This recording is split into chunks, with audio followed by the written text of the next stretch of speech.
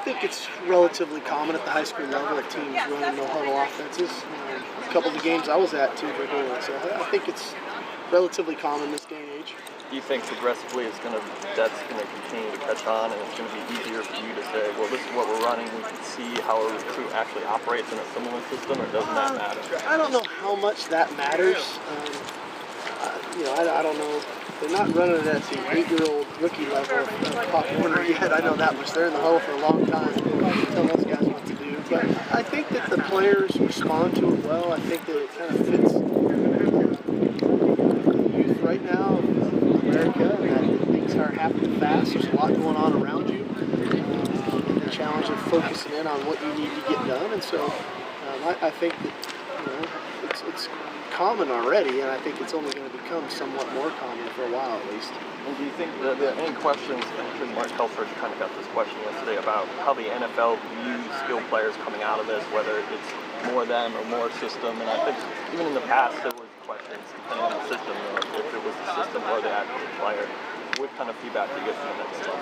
Well, I think that, there's one thing to go fast, and then there's another of what types of plays are you running, and then how do they translate to the next level. So everybody's different, everybody's the same, but yet everybody's different, if everybody's going fast, but we're all not running the same identical plays, and players aren't being used in on certain rosters the same way they might in another roster. And so as much as things appear the same, they are different, and that's the challenge for NFL scouts and GMs and coaches to try to figure out where a particular player and the skill set that he has and then showed in college how it would translate to their system. So I think that's the unique process about the draft. It's different than recruiting where we're all recruiting the same guys trying to build a roster. They're actually selecting and picking.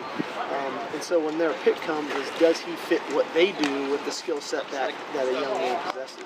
I guess when you're talking to recruits now too, are you confident you can still sell them on the idea that you can build them up to play at the next level? Without a doubt. With this change, yeah. Without a doubt. I think we're multiple enough on offense to where we still utilize the fullback, we still utilize 2 tight ends, we still throw the ball on the perimeter, we throw the ball in the slot, we run downhill runs.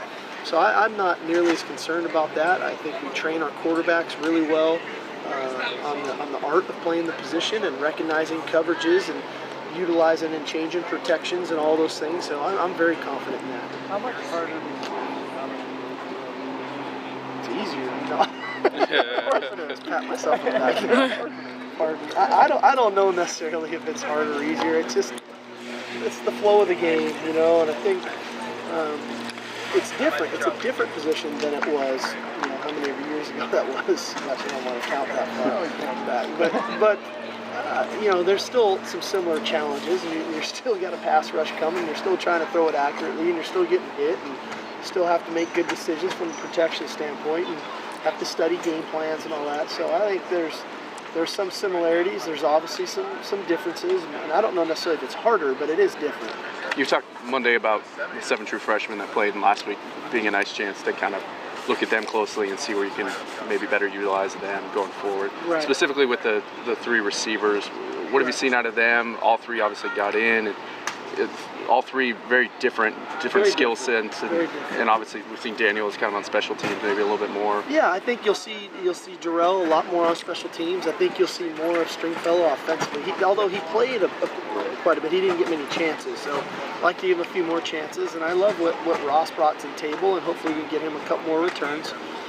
So those guys are all going to keep growing and getting better as they continue to progress. I think on defense, Kevin King, we're really going to try to expand his role some and give him more opportunities. So those are the main ones that really jump out at me right off the bat. Past just the freshmen, you obviously have a lot of different wide receivers who do a lot of different things out there. What does that do for you as a coach to have guys who can do so many different things?